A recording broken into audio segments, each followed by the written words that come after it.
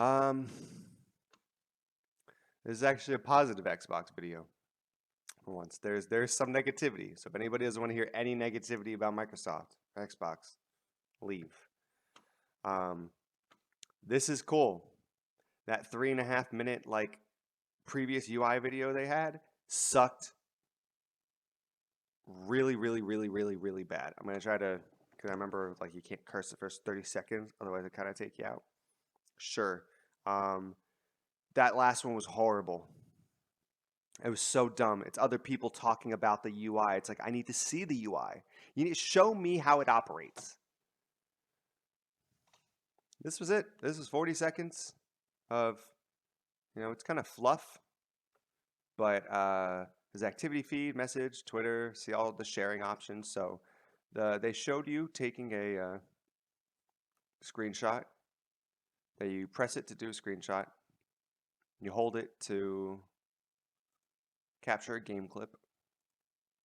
And you can share them straight from the console. You can do it on the phone, do the app and everything. Share it with the people at Xbox or your Xbox friends. Share it on Twitter, Facebook, whatever. Whatever. You show it wherever. You see, they showed everything from here except upload. I'm sorry. Except trim. Why is this the second trailer? And we're only now just getting to understand, oh yeah, you can upload straight from there. Oh, you can upload these options. Oh, I can see we can do trim too. Yeah. It's like just fucking show it. Just show it. I don't understand with this whole like everyone can determine from the price of the consoles and what you're getting in the hardware, the games that are going to be in each one, the ecosystem. So what do you like more, Xbox Gold and Game Pass, or PS Plus and Now? Like, we have a lot of these answers, and then the last one we need to see is the layout and how it actually looks on both of them, not just one. It's not like we can see it on PS5, be like, oh, PS5 wins. See it on Xbox, be like, oh, PS5 wins because this sucks. You got to see it on both. Maybe it just operates better. Like I think the PS4 is a little slow and clunky sometimes, but Xbox has too much shit in the way. Always, it's constantly bringing up that loading sign in stuff, and I don't enjoy it when I'm on other people's Xboxes. I don't enjoy it. So, like, just show us trim. The most important thing for me for the PlayStation version, do I have to take a screenshot holding the share button or using any interaction with a button to take a screenshot? Or can I just go click the button, it starts to record, and then in the trim, once I'm trimming the clip down and editing it, can I then take a screenshot of a certain frame? If I can do that, yay, that is the biggest improvement I wanted on the share features for PS4. But if this is like a PS4 that uploads, guys, show me the trim. Do I have to click the button in the middle of my gameplay to take a screenshot, or can I just take videos and take screenshots from them? So I want to know from you, Microsoft, Sony, what the fuck? But overall, this is good. This actually shows us something more than that last 3.5 minute one. That one was fucking stupid. So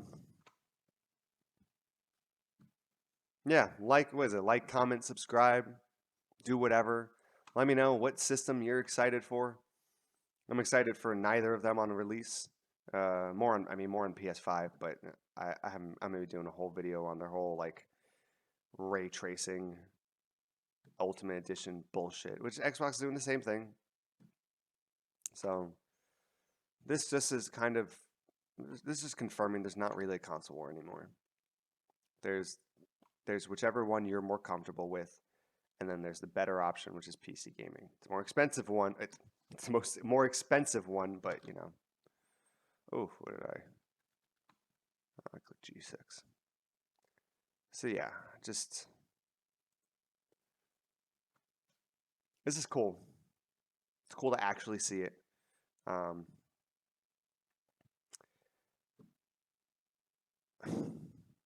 I mean, I want to say everything. I want to say just something positive about it. I'll just leave it at this. This in Xbox.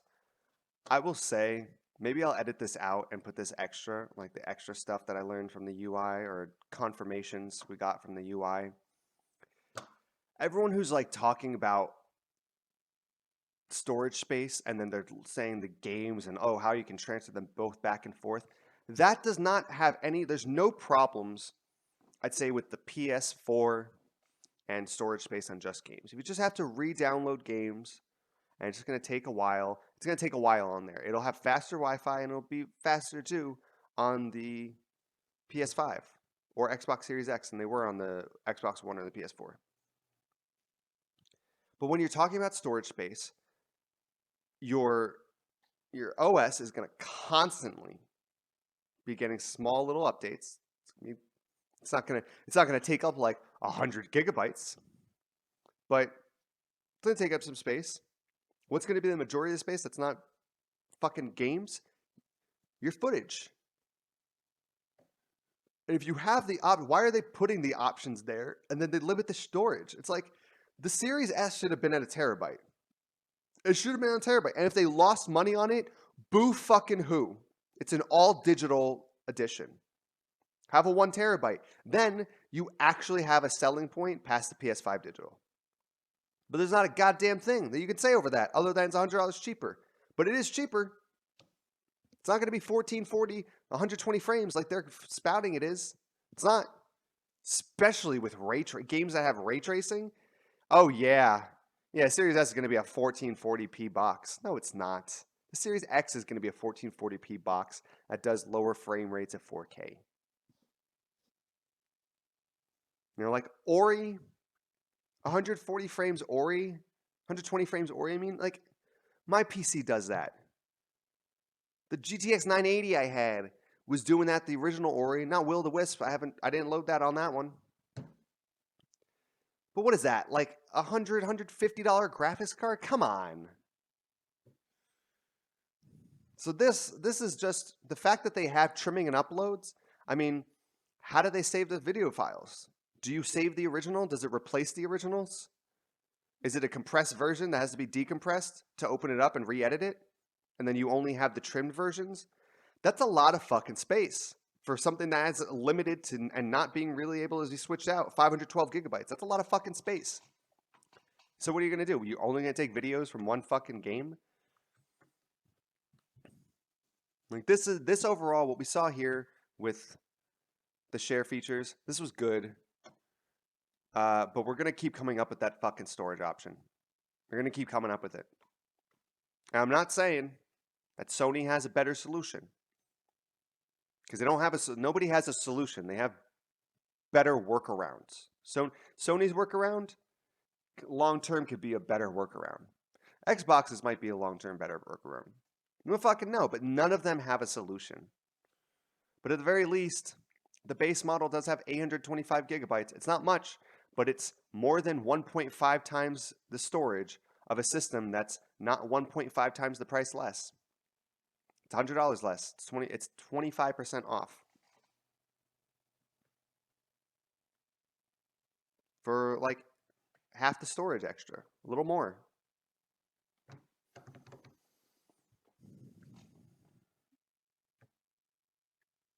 I don't. I wish they'd find a better way. I wish there was a better way. I wish Microsoft didn't waste their fucking time with Seagate and all that shit. And people will say, "Oh, they didn't waste it. They tried to have a solution." Go watch my How to Save Xbox's SSD Part 4. Go watch that.